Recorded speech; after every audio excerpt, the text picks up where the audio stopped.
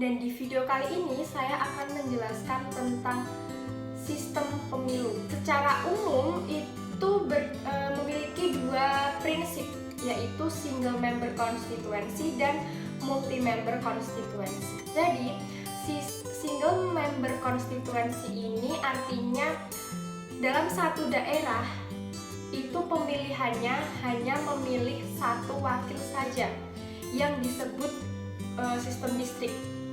Nah, untuk multi member constituency itu dalam satu daerah hanya boleh memilih beberapa wakil. Kemudian bagaimana sistem pemilu di Indonesia? Jadi sistem pemilu di Indonesia itu mengalami perubahan dari zaman ke zaman, dan saya akan menjelaskan yang pertama itu pada zaman demokrasi parlementer, di mana demokrasi parlementer ini berlangsung pada tahun 1945 sampai dengan 1959.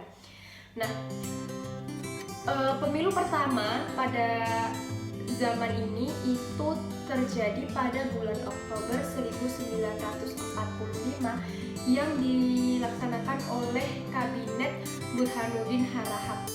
Zaman demokrasi parlementer ini terjadi dua kali pemilihan umum, yang pertama pada bulan September dan yang kedua pada bulan Desember. Nah, pada bulan September ini pemilihan umum itu memilih anggota-anggota DPR. Kemudian pada bulan Desember itu pemilihan umum memilih anggota-anggota konstituante. Kemudian yang kedua ada zaman demokrasi terpimpin yang berlangsung sekitar 1959 sampai dengan 1965.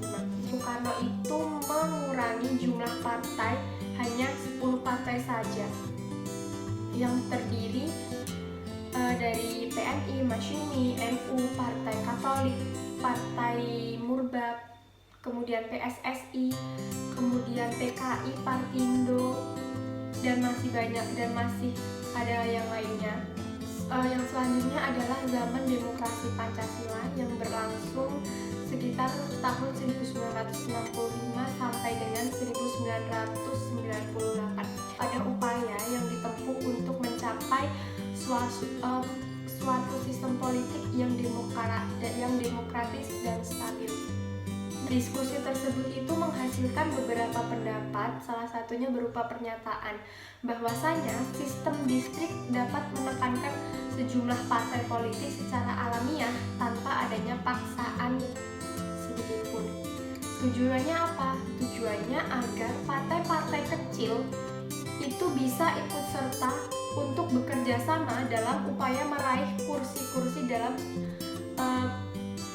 sistem pemilu secara distrik ini. Soeharto melakukan beberapa tindakan untuk menguasai kehidupan kepartaian, salah satunya dengan fusi partai. Nah, apa sih fusi partai itu?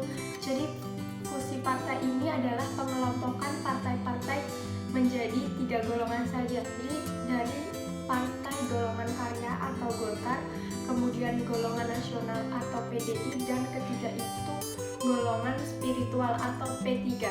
Kemudian yang terakhir adalah zaman masa reformasi. Pada masa ini berkisar pada tahun 1998. Di awal era reformasi ini banyak sekali yang orang-orang yang mendirikan partai politik. Akan tetapi pada pemilu tahun 1999 itu partai-partai yang berhasil mengikuti pemilu itu hanya 48 partai. Kemudian pada tahun 2004 peserta pemilu itu semakin berkurang, yang jadinya 48 partai pada masa reformasi ini turun menjadi 24 parpol. Sesuai Undang-Undang Nomor 3 Tahun 1999 tentang pemilu, yang isinya adalah bahwa partai-partai politik yang berhak mengikuti pemilu itu adalah parpol yang meraih sekurang-kurangnya 2% dari jumlah kursi DPR. Ketika kita melakukan proses pemilu, apa saja asas-asas